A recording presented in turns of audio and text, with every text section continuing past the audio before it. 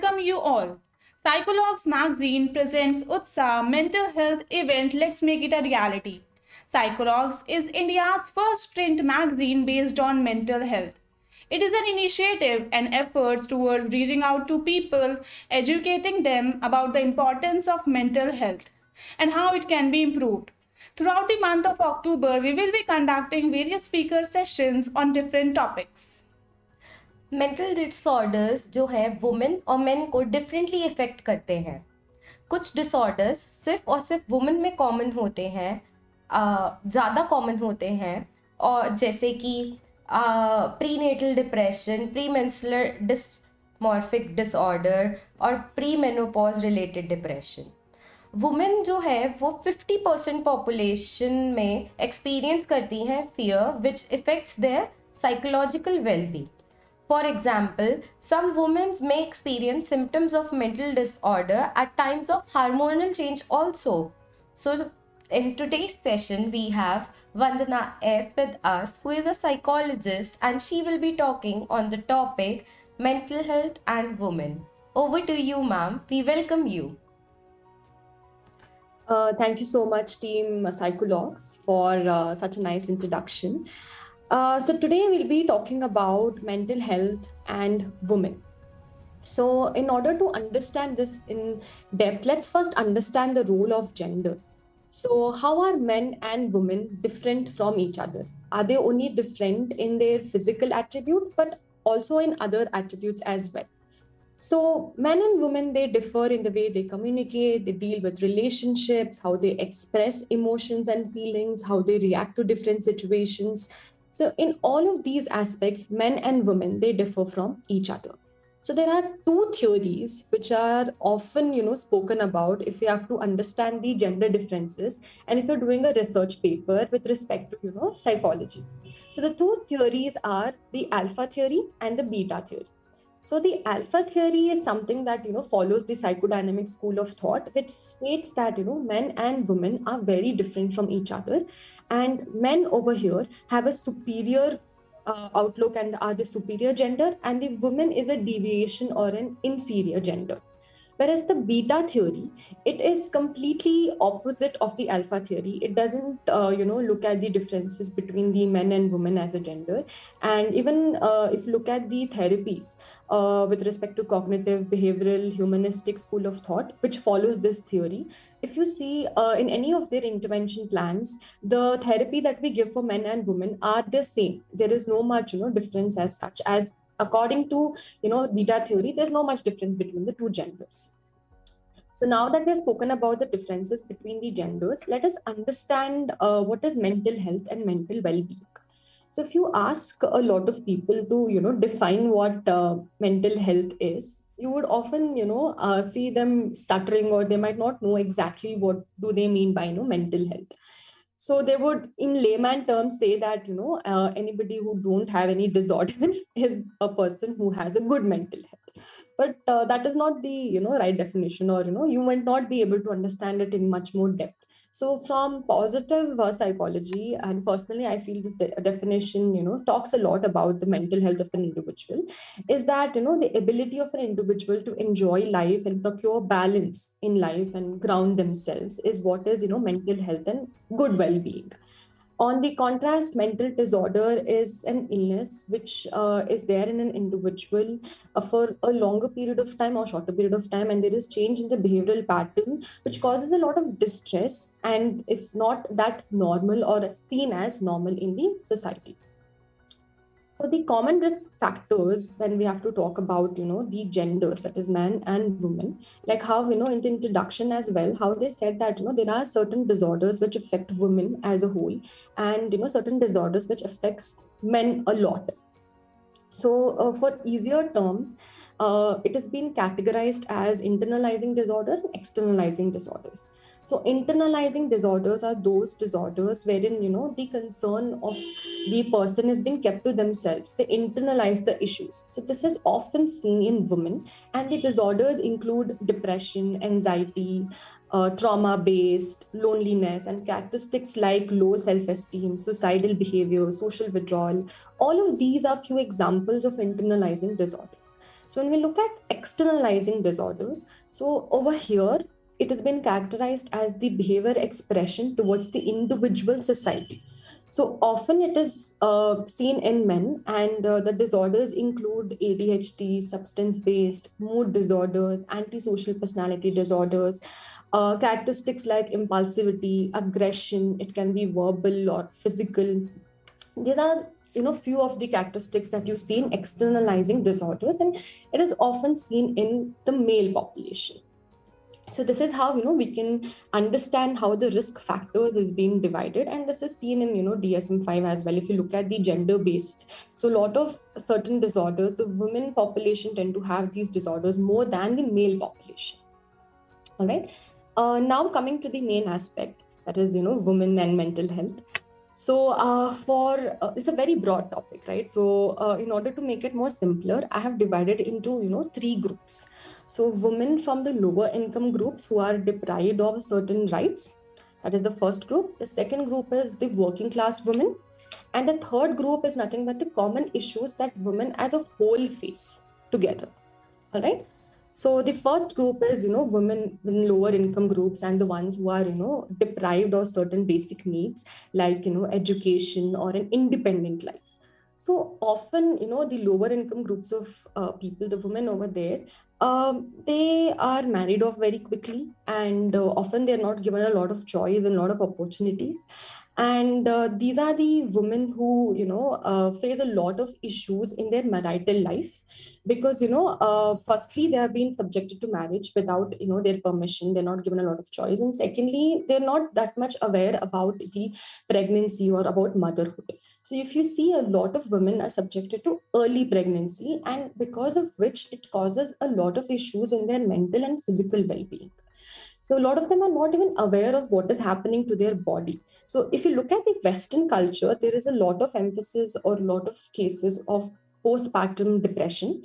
Whereas in Indian population, you can see a lot of prenatal depression because the women don't know what is happening to them, right?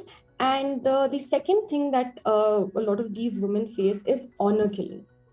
So honor killing is something you would often say that, in honor killing, both the male and the female get killed. But it starts off because of the female. The female is doing something that, the society is not approving of, or the family members feel that whatever the person is doing is causing, harm to their family. It's causing a lot of repercussions to the family, because of which they decide to end that particular female so that the family is protected, right? So this honor killing starts off because of the women, and many women are afraid to talk about it or afraid to stand up to themselves because of the fear of getting killed by their own family members. So if you see, a lot of societies, they have a restriction stating that you're not supposed to marry from outside the particular society. Divorce is frowned upon. You cannot have sex before marriage. So all of these things are something that really scares a woman, and they often don't speak up, and they just agree to whatever the family members say. So this also causes a lot of strain and distress in the mental health of the women population. And if you see in these groups, since we were talking even about the pregnancy as well, so many a times, the emphasis of having a boy child is even now seen. So unless and until the boy child has not been produced in that particular family, they feel that the family is incomplete.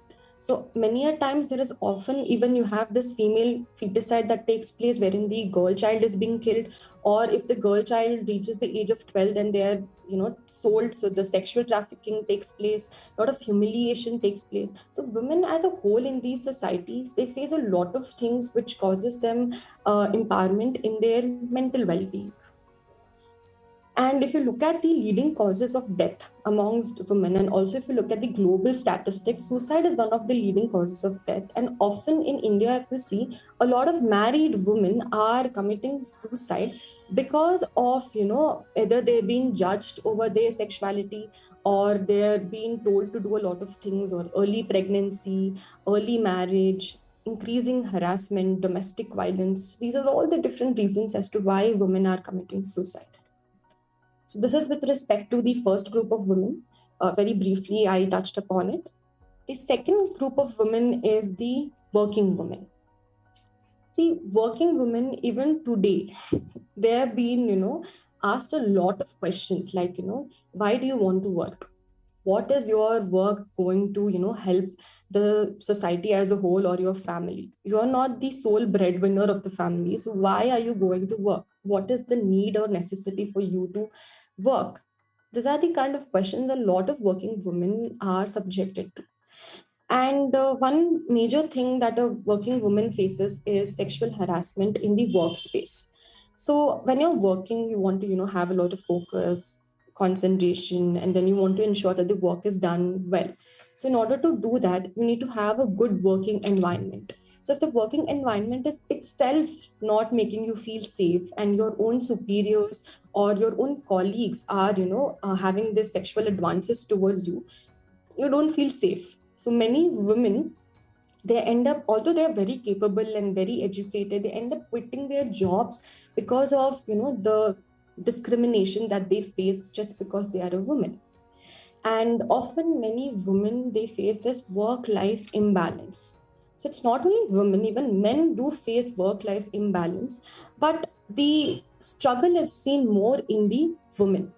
Because no matter how much advanced we are as a society, and even the recent married couples, they often share responsibility and household work, but still, the family members and the society as a whole, they see women as the breeders of the family and the natural caregivers.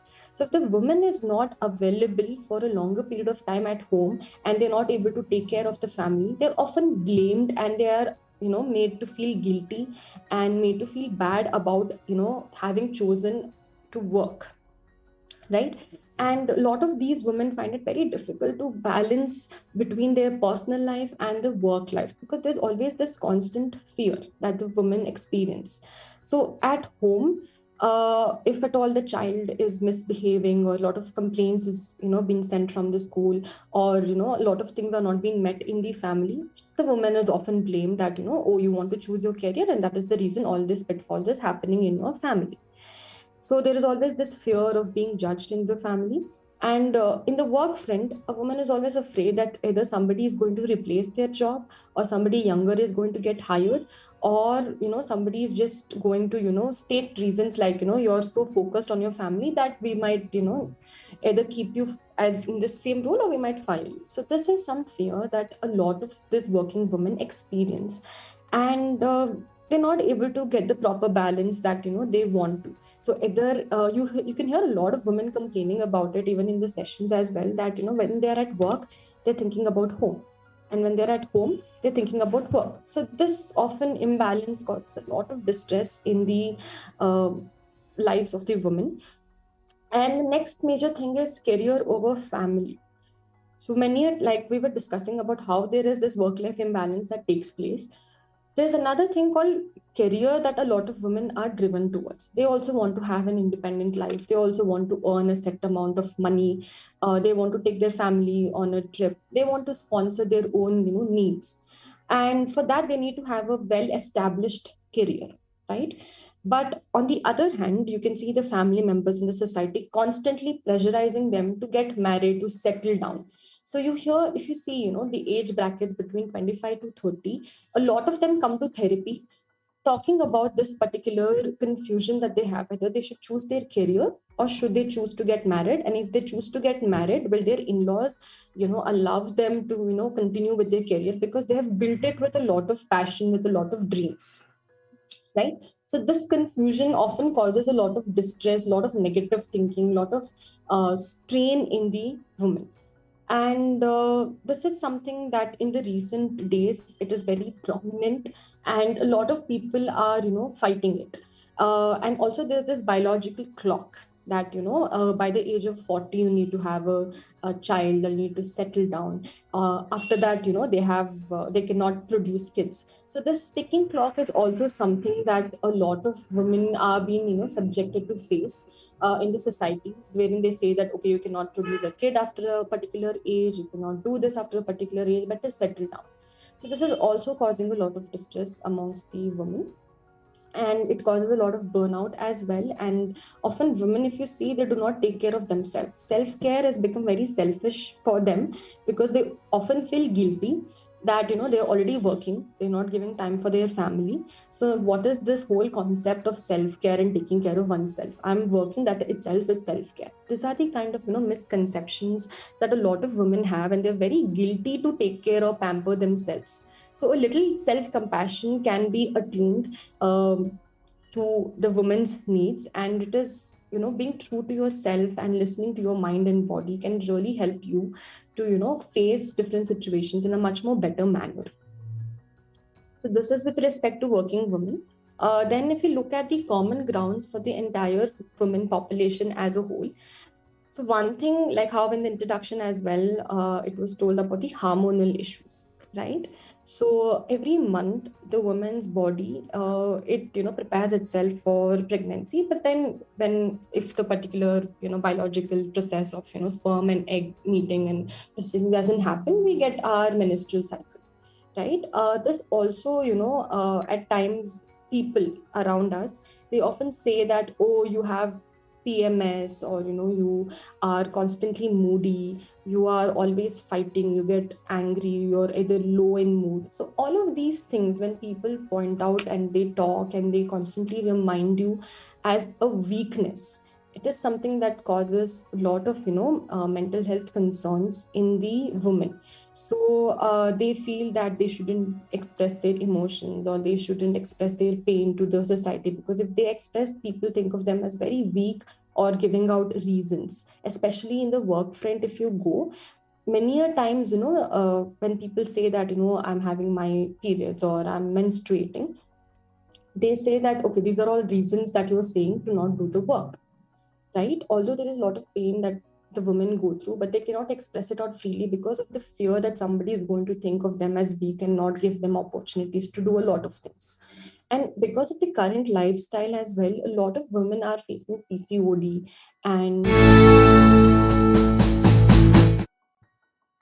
right. So many a times, because of the lifestyle changes, also because of the biological clock that we spoke about, many a times women, if they go to the prospect of getting married, and if the boy's family find out that the girl has PCOD or thyroid issues, then they often postpone the marriage, or they say no, because they have this fear that if the girl is not able to produce a child, then their future generation is not going to be there. So that fear is something that has been there in all of the boy side of the family who come to ask for the girl for marriage. So this is also causing a lot of stress amongst women, as it's been subjected and conditioned that women are baby producing machines, and their only role or job is to produce babies. And if at all they're not capable enough to produce that, then they're considered to be not needed, or like how Freudian principles say that you're just a deviation that is there, right? So this is one thing, hormonal issue. The second thing is the physical safety aspect. It's not only in India, globally as well. If you ask about the safety of a woman, most of them would say that they don't feel safe because of a lot of things that is happening in the society, right? And because of this physical safety as an aspect, many a times women take certain decisions which can cause them a lot of distress. For example, if you're traveling in cab at late night, you're always, worried about, okay, if the driver is taking the right route or not. You're constantly checking the Google Maps, or, you're being told to wear a certain type of clothes to go out. Otherwise, people might, harm you, or tease you, or do something. Or also, if at all you have to go late at night, you are very scared and you don't feel like going out because of whatever things are happening, right? Because of which you have to take a lot of decisions. Even if you're working, you cannot go for late night meetings because you feel that something wrong might happen, or you cannot dress up in a certain manner post 9 o'clock or 10 o'clock. And many a times women often reject their jobs if they're being transferred to different cities, and if they feel that city is not that safe, they don't take up that job. And many a times, because of which they don't take promotions, or they don't go to a higher paying job. because they don't feel safe doing this particular thing or taking this particular decision. So all of these things also causes a lot of distress in the women. So often they are being told how to dress up, how to behave, how to react in a society, because if they don't do all those things, then they would not be safe. Something bad or something wrong might happen to them, right? So this is something that most of the women face globally, not just in India as a country, but globally. The third thing that you often see in India is the need to take permission. So I want to quote this particular movie, Dil Dhadakne Do. So if you've seen that, the protagonist, Priyanka Chopra, she's a very successful CEO, and she has her own company and everything. And in one particular scene, the husband says that he lets his wife work, and she's a successful CEO. So the concept of letting my wife work. So over here it states that the man over here is in an authority position, and the women need to ask his permission to do something. So this is seen in our society very as a common thing. Either you have to seek permission from your father, or from your husband, or from your brother. So you often see a lot of women being told this particular statement, so by the family members. So anything you want to do after marriage, you do. That's what the father says initially. Once the girl gets married, the husband says that you do anything, but after we have kids. After you have kids, they say that let the kids grow up. Now you have to take care of them. You cannot do things that you want to do. First take care of them, be a mother. Once your children grow up, you're too old. Why do you want to do all these things? Just sit, tell God's name. Anyways, you're going to go to him very soon. So what is the point of all these things, right? So often women don't get an opportunity to do things what they want. They always need to seek permission, always need to take consent from people. It's like they are somebody who's very inferior, and always permission needs to be given to them by either the father or brother or the husband. And if they say no, they cannot do it. So often, even when we were talking about the work over career aspect, so many a times, the women have this question whether their in-laws will let them work, or whether the family will let them work. The let them concept over here, like asking permission, is something that really impacts the mental health of a woman, wherein they cannot do certain things or live life in a certain way, because they always are dictated by somebody else, right? And the fourth common ground, I would say, it is not just to the women population, I would say even to the man population as well. Accessibility to mental health, it is very low, right? So if I have to tell a lot of people, if I have to go to some family event or anywhere and introduce myself, I'm a counselor. Many people don't know what it is. And I have to explain to them my job. I have to explain to them about mental health, what psychology is, and all of those things, right? It's really, a lot of people don't even know what a counselor is. They just nod or they just say nice, but they don't exactly know what you do. And even if you look at Google it and type it, okay, I want to seek consultation, there are a lot of websites that come up, and we don't even know whether it is authentic, or whether this particular counselor is qualified, educated, whether they'll help us out in the right way or not. And now that everything is online, you can see a slight shift wherein people are actually coming and seeking therapy. But offline setup, people are scared to be seen near the mental hospital, because if at all somebody sees you over there, they're going to constantly judge you, and they're not going to treat you the same. They're going to think you're crazy. And this is partly because of the way in which the films and the society have portrayed what mental health is. So any movie you see over there, they show that the woman is having long hair, loose hair, and she's screaming, or she's doing something that is not right, and she's locked up in this particular institute and there is no escape. So that is how we portray mental health, something that is too extreme and something that is very scary, and you should never have it. God forbid, if you have it, something will very bad happen and your life is done. So that's how they've portrayed mental health in society as a whole. And a lot of women do not have accessibility to it, because one, either if they're dependent on their spouse for financial purposes, then they need to ask the husband money. And when you ask the husband for money, the husband asks why you want all these things. And when the woman says about I need to go and talk to a mental health professional, often the man says, or the husband says, that women are always emotional, they're always demanding, they're always in confusion. So that, why do you have to go and talk to some other counselor who might also be a woman? right? So because of which, a lot of people are shunned from going to therapy. And also many a times women themselves feel very guilty of going to therapy because, oh, I'm using their money, or, what am I doing over here? I'm just talking it all out. I can instead talk to my friends about it and they might give me an advice, because counselor doesn't give any advice as well. So what is the point of me, spending a lot of money and fighting with my family to come? So there is a lot of inaccessibility to mental health, and not many people know what mental health is and how important it is. So often I tell my clients and everybody as a whole that your mental and physical health are connected. So when you fall ill, when you have fever, and you are given a very difficult task to do, or it can also even be studies, you find it very difficult to grasp the concepts, or focus and concentrate, right? And at the same time, if you're mentally little bit unstable, or your mental well-being is not good, at that time even your body reacts to it. Suppose you are stressed, it's not just your mind that goes through a blockage, but also physically you're sweating, your heartbeat is increased, you have these knots in your stomach. So physically as well you're showing some signs. So these two are interconnected. So suppose if you're going to gym to take care of your body, then also take care of your mind. It can be very simple, like maybe going to therapy or doing things wherein you feel connected to your mind and body, right? So there are a lot of pitfalls, I would say, with respect to how mental health in women are being treated. For example, women still don't report to the domestic violence that they face, or abuse, or assault. They don't go to the police because they feel very guilty or responsible for the crime. Because of the society, it has ingrained them. Oh, you're dressed in a provocative manner, that is the reason you were assaulted, or that is the reason why you were raped. And they often take the blame on themselves, and many a times they're scared that if they go, they won't be respected in the society, and it won't be normal for them ever.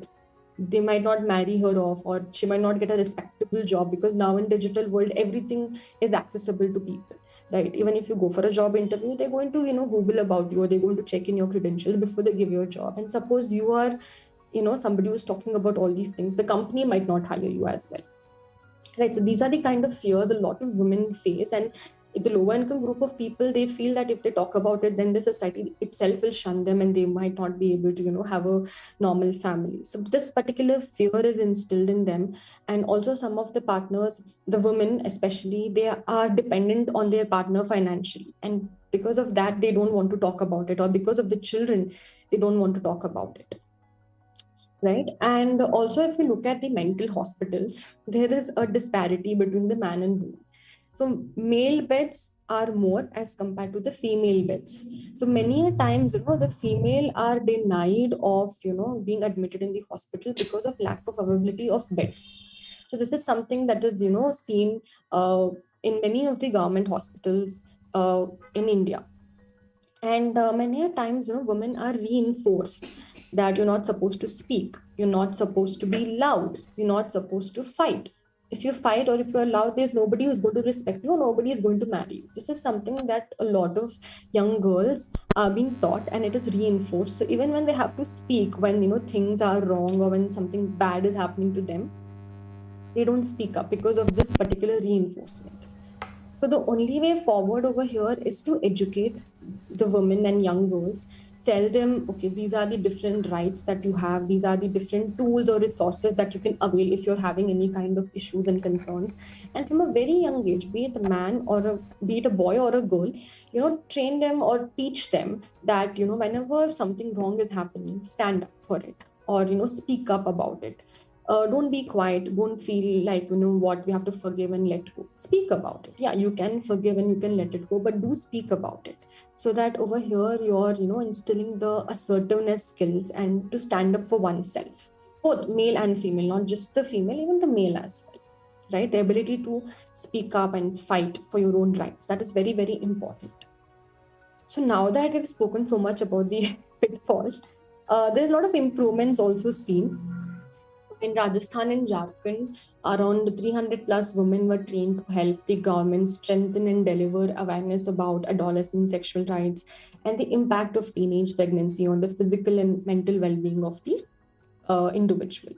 And also in Andhra Pradesh in the year 2017, there was this women's anti-alcohol movement, wherein they destroyed a lot of liquor shops to fight the drunkenness of their husbands. And this is considered to be a historic landmark because a lot of women are coming together and speaking up and fighting for their rights. If you look at the work front as well, in the entry level jobs, at least, or even in the higher positions, if you see, there is no disparity seen between the man and the woman. They are given equal roles and equal, salary. And a lot of women are now taking, higher roles. They're leading the team, they're managers, they're CEOs, and even their pay is at par with the male population. So it has definitely, seen a lot of changes over the past 1 decade. Only there has been a lot of changes, a lot of opportunities that women have, a lot of resources and places in which they can seek help and support and accessibility. So there's a lot of improvements that has been seen as well. It's not that we are still in the old way.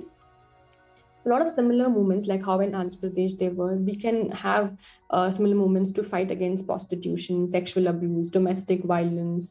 All of these could be a beginning of a new generation of women who are standing up for themselves and fighting for themselves. And this can, really improve the mental and physical well-being of the women population as a whole. And whatever vicious cycle that we have created right now can be finally broken if proper education and standing up for your rights is being taken in the right way. So this is my time. If you have any questions, please do ask. Yes, ma'am. There are some questions from the audience. Sure. The first question is, women have to move to different house and has to do all the sacrifices. How does it affect her mental health?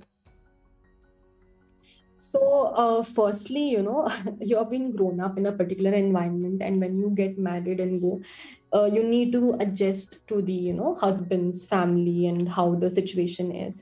And many a times, the women are often misunderstood. So they might have one particular intention because they've been taught in that way in their family, and when they show that or do that in their husband's family, then often there is this blame game that takes place, and there is a lot of internal fights, and they have a set of expectation that the woman is supposed to do xyz things, and when she doesn't do it, so there is a lot of fights, a lot of blame game, and this really causes a lot of distress in the woman. So she feels completely alone. She feels that nobody is there to support her, nobody is there to understand her. So sometimes it leads to loneliness, and then when there is nobody around to help or do anything, this slowly develops to become depression, and often they don't even have accessibility to help, and it keeps going, and then it leads to suicidal thoughts. So many a times, like how we were discussing, a lot of married women take up this step of committing suicide because of this particular misunderstanding, not able to understand what is happening, loneliness, constantly being blamed, a lot of fights.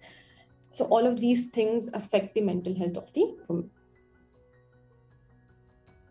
Yes, ma'am. So, ma'am, the second question is there any specific reason why there are more women in the field of mental health and psychology than men?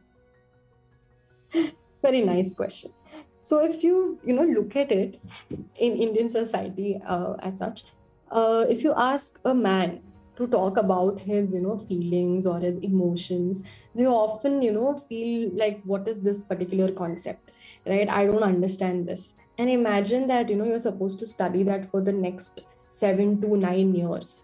So they are like, I can't do this. This is not something that I've made for.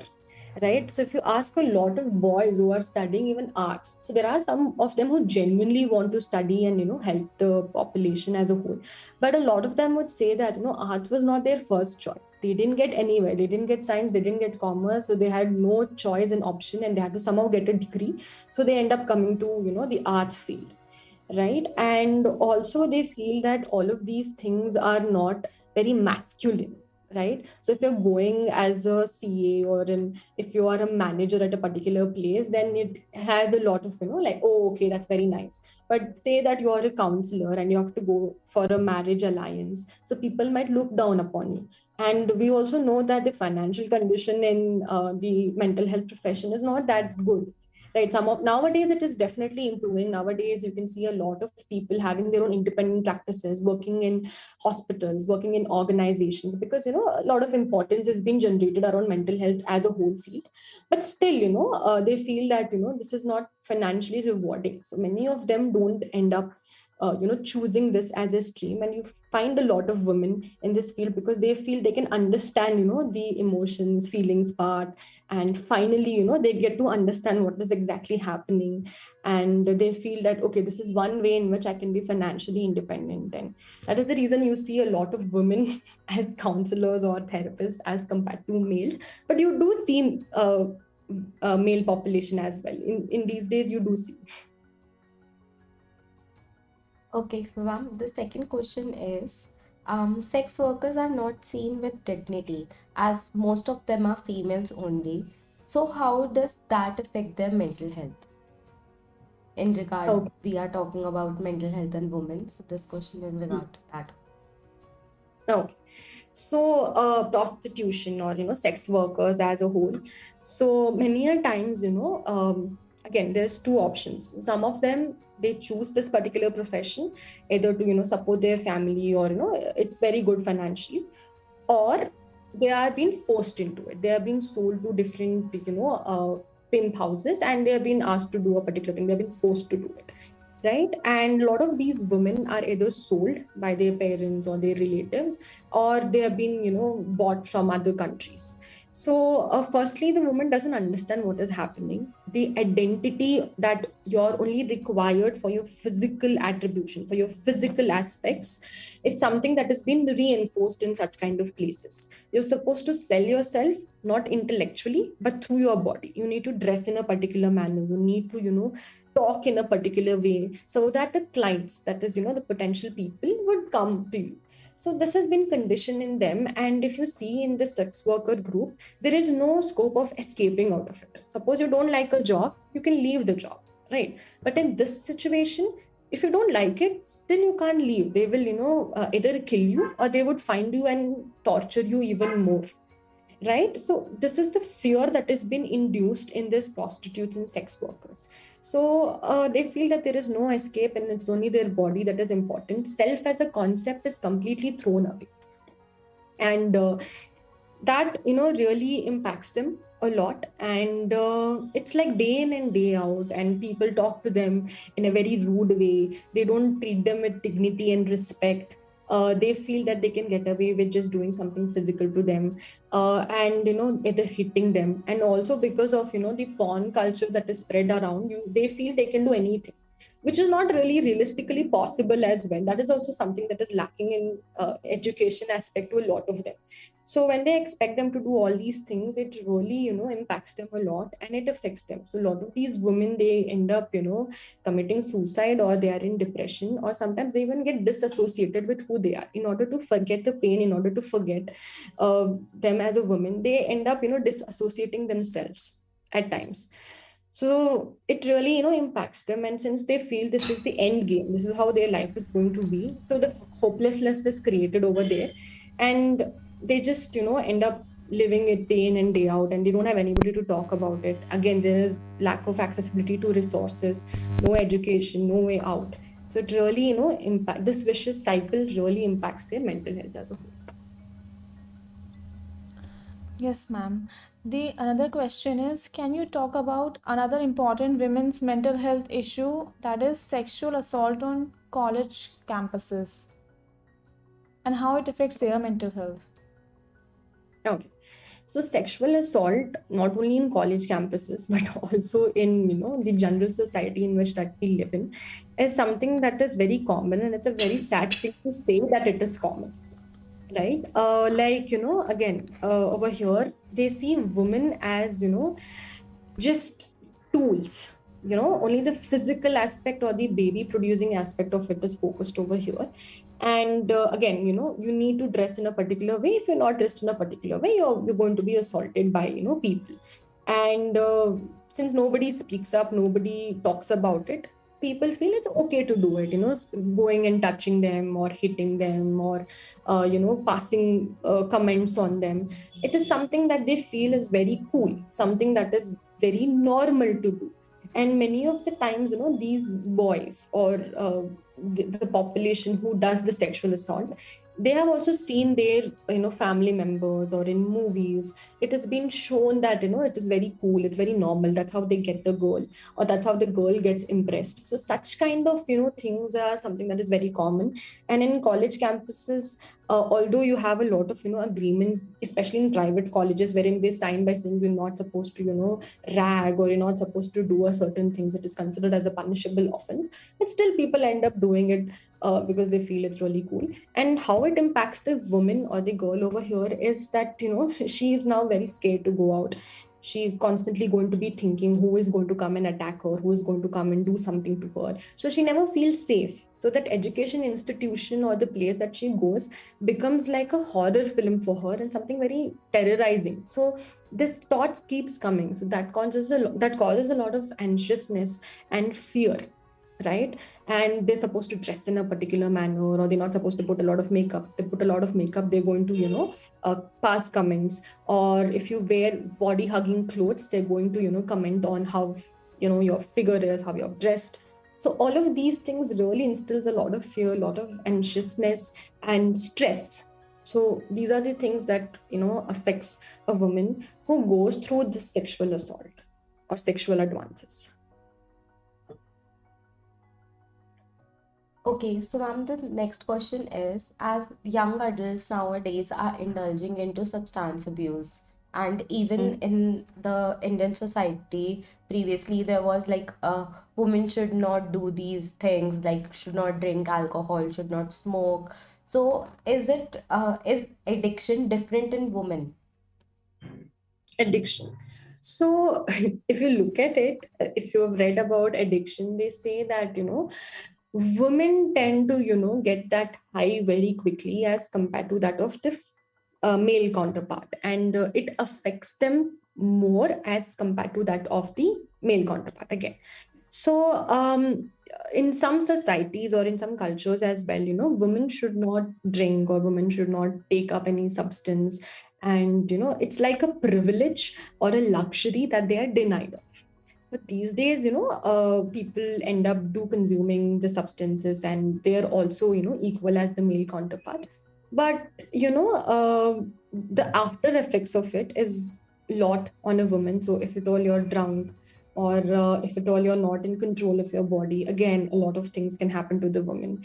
And also if you see the addiction part of it, a lot of women don't get that addicted to it. Even if they do get addicted to it, it's if with the right help and with the right treatment plan, it gets a little bit easier for them to get out of it. Also that women tend to get a little bit scared or a little bit conscious very quickly about their body and their health and the way they look. So they end up following the treatment plan. Even if you look at clients, they end up becoming a little bit better.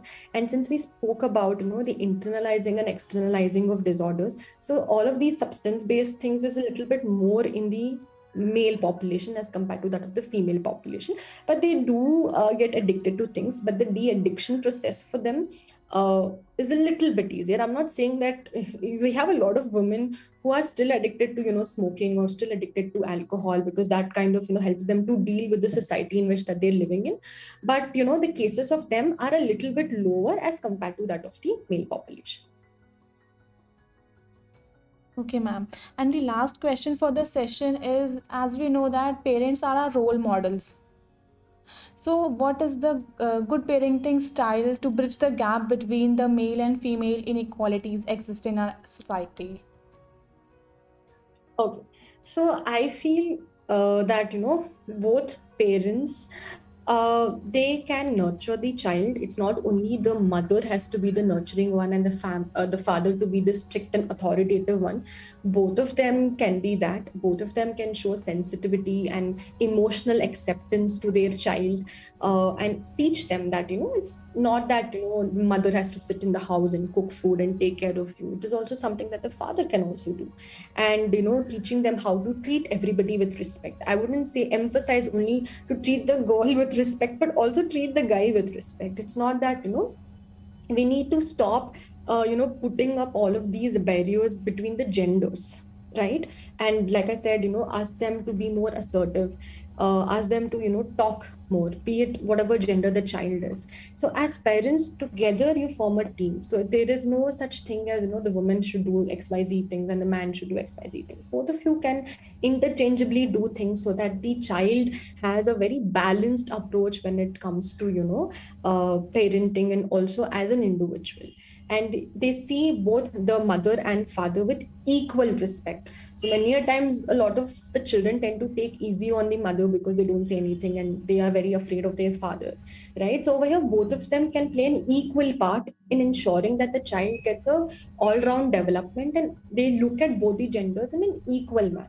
Although society as they grow up, they do see, they do read up on it, but in the family as a whole, both of them can play an equal part in their nourishment and upbringing. Okay, ma'am. Now we will end the session. Thank you so much. Thank you so And much. on behalf of Psychologs, we would like to extend our heartfelt appreciation and gratitude towards our speaker, Vandana S, for enlightening us with their outstanding knowledge and experience. Ma'am, today you have helped us expand our minds, and it was an absolutely mind-blowing session with you. Truly, Thank ma'am, you it so was a much. very beautiful session with you. Now, we would like to extend our gratitude towards Psychologs magazine for providing us this platform for such a unique and enlightening experience. Special thanks to my co-host Adiba and to the entire team of Psychologs, with with their extraordinary efforts, this wouldn't be possible. Thank you. Last thanks to our audience for this interactive questions. Thank you. Bye bye. Take care. Thank you so much. Bye bye.